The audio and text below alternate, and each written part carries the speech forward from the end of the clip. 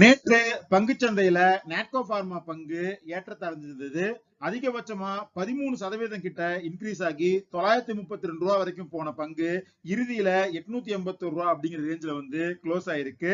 இந்த ஏற்றத்துக்கான காரணம் என்ன அப்படின்னு பார்த்தோம்னா, ஒபிசிட்டி ஆர் டயாபிட்டிஸ், அதாவது நீரிழிவு நோய் அப்புறம் உடல் எடை குறைப்பு, இந்த ரெண்டுக்கும் உதவுற செமிக்ளூடைட் அப்படிங்கிற மருந்தோட ஜெனரிக் வெர்ஷனை இந்தியால தயாரிக்கவும் விற்பனை செய்யறதுக்கும் இந்திய அரசோட சிடிஎஸ்கோ நிறுவனம் நாட்கோ பார்மாக்கு ஒப்புதல் அளிச்சிருக்கு.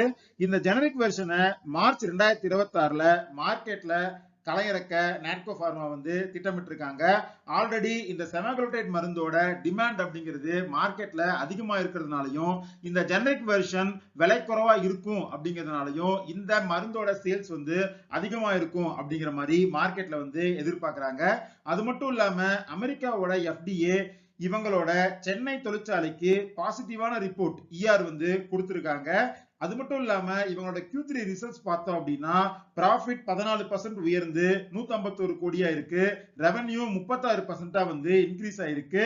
இன்ட்ரிடம் டிவிடெண்டா 1.5 ரூபாய் அனௌன்ஸ் பண்ணிருக்காங்க. சோ இந்த மாதிரியான சூழல்ல இந்த செமாக்ளூடைட் லான்ச் அப்ரூவல் அப்படிங்கிறது இந்த நிறுவனத்துக்கு ஒரு பாசிட்டிவான அப்டேட்டா பார்க்கப்படுது.